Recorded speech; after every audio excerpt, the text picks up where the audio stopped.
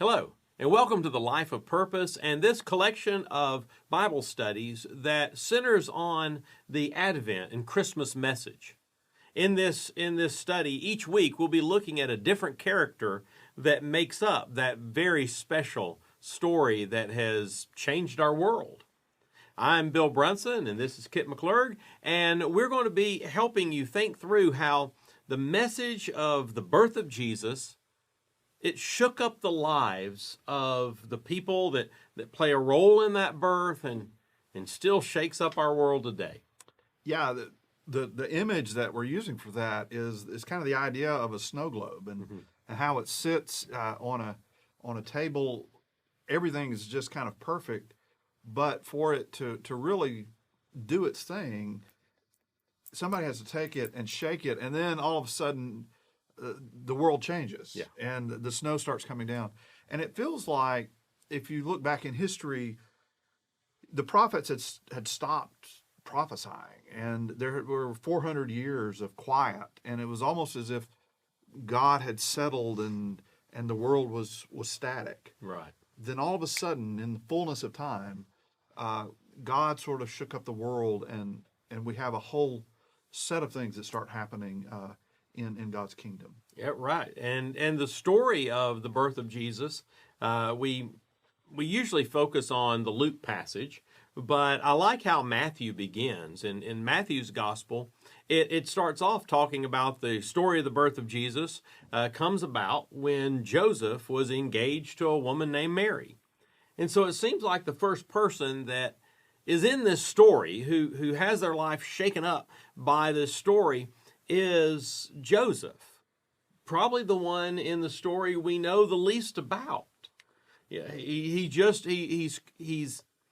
a main player, it feels like at first, but then it's almost like he is a supporting character pretty quick. Yeah, because the writers often go into Mary's family and extended family and Elizabeth and cousins and that kind of thing.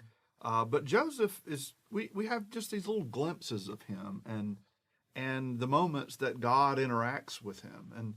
And the angel comes and says, "Hey, I got a surprise for you. You know Mary. Well, she's going to have a child, and that's a good thing." Yeah. And I don't think any of us would have expected Joseph to be happy with that response, because they were engaged. Now, kind of help us understand what was their sort of legal status at the time when the angel shows up to Joseph. Well, when Joseph is engaged to Mary, the reality is, for how we would consider it, they were legally married in many ways, is the way it was perceived. And then there would be a ceremonial marriage that would take place at some point, where the actual religious event happens, where the husband and wife are married to each other. But in this period of time, there's already been dowry exchange. Yeah, there's a lot of familial agreements, right, and dowries and public pronouncements that these two are going to be together. It's like they've entered the legal contract of marriage to have this binding of their lives, and then later on they'll do the religious side of it to invite God into the mix, etc. And so Joseph has entered into this, we guess, in good faith, and suddenly Mary's pregnant, and it appears that Joseph is not really knowing what to do with that. He's got two choices, really. Yeah. He can say, "I'm the father, and we're just going to go forward," or he can say, "I'm not the father, and good luck." Right. And in their law, adulterers were stoned. And so if Mary has gotten pregnant and it's not Joseph's, they're not married, then Joseph could easily declare that she's cheated on him, and well, they could take her out and stone her. Now Joseph would have been probably a bit older than Mary. Oh, I know. Yeah, and that's always fun because when we look at our nativity sets, Yeah. if they're painted nativity sets, usually Mary and Joseph look to be about the same age. They're in their late 20s, early 30s, and it's a wonderful moment when they're standing there. And usually Joseph is like this, standing beside Mary, and it's nice. But what we learn through not necessarily just in the scripture, because we have some references in John, but what we learned also through apocryphal books, the books that were not part of the canon of the Bible, they talk about the fact that Joseph is much older. And much of the icons of the Orthodox Church over the years, and even some of the icons in the Catholic Church, will have Joseph with white hair and a white beard, and Mary as a young girl who's probably in that 13 to 15-year-old range. But this wasn't uncommon in that culture. Mm-hmm.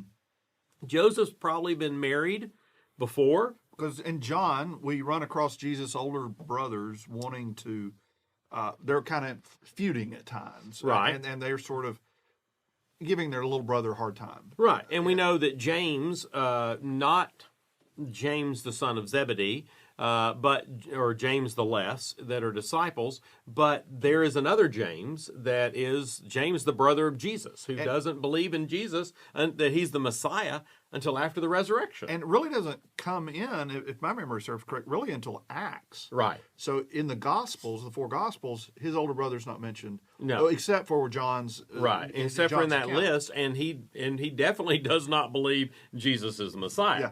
I mean, and so the thought is, among some, and based off of other writings, is that Joseph may have been married once, and that wife passed away, married again, and that wife passed away. Again, this is the culture of this period of time. And now he is engaged to Mary. And so Joseph may be at that stage in life where he's worked in his community. Nazareth was not a big community. He's worked in his community. He is in the line of David, so that would give him some standing in his community. He may have achieved some level of respect. At the synagogue, in ancient Israel, at the synagogue, the bench that runs down the side of the synagogue, it's a pecking order. And so the ones with more status sit further toward the front, and the ones that are sort of they don't really have as much, or they're not as well known, they're not as well respected, they sit further down. And maybe Joseph has finally worked his way up across the years as a tradesman, and now... And he would have had sons with him. I Right. mean, he would have been a patriarch to some extent. Absolutely. With that community. And now Mary's pregnant. So he would have had all the power in this situation. Mm-hmm. But what's fascinating is he has this dream, and the angel comes. Not the first person named Joseph to have a dream. No. And we go back into the Old Testament, Joseph, and there's several another parallel is in some of the writings they go to escape and be safe. They go to Egypt, just as Joseph was in Egypt. So you see some parallels, but Joseph had the power, really, of life and death over Mary. Right. So what's to me fascinating about the story is that he didn't make that choice. He really believed that God was up to something, and he was willing to sort of ride this roller coaster and see where it went. He was risking it all in this. He was risking reputation. He was risking status. He was risking his financial security, because in the Jewish culture, again, in that period of time, it would be questionable whether some people would want to be associated with him, with a wife or a fiance who was now pregnant, and so he was willing to risk that on the fact that the angel tells him in a dream that the child that Mary's carrying has a great purpose, will save people from their sins. And Joseph believes that he's being invited into something bigger than he is.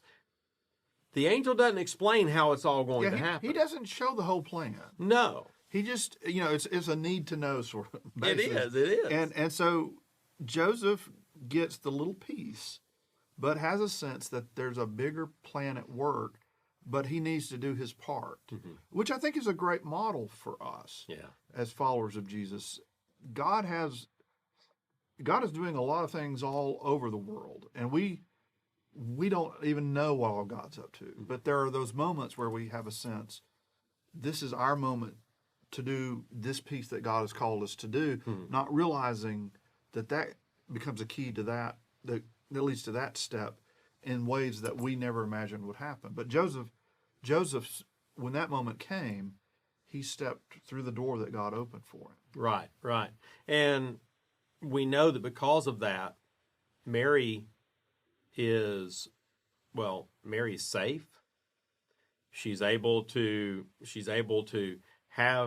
give birth to Jesus, and because Joseph was willing to let his world be shaken up by God and by this calling, Joseph helped change the world. Absolutely. And still allow people to get shaken up by God.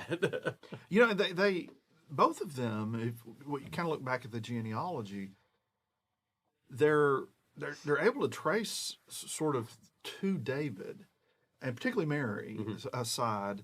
And so, in the versions where they go back to the city of David, they're going back to genealogically where they were. But that's also biblically where it was understood Messiah was coming. Right. And so Jesus is fulfilling this purpose. He's has this is part of God's plan to save the world, and it would have happened, except Joseph was willing to allow his life to truly be shaken up. Absolutely.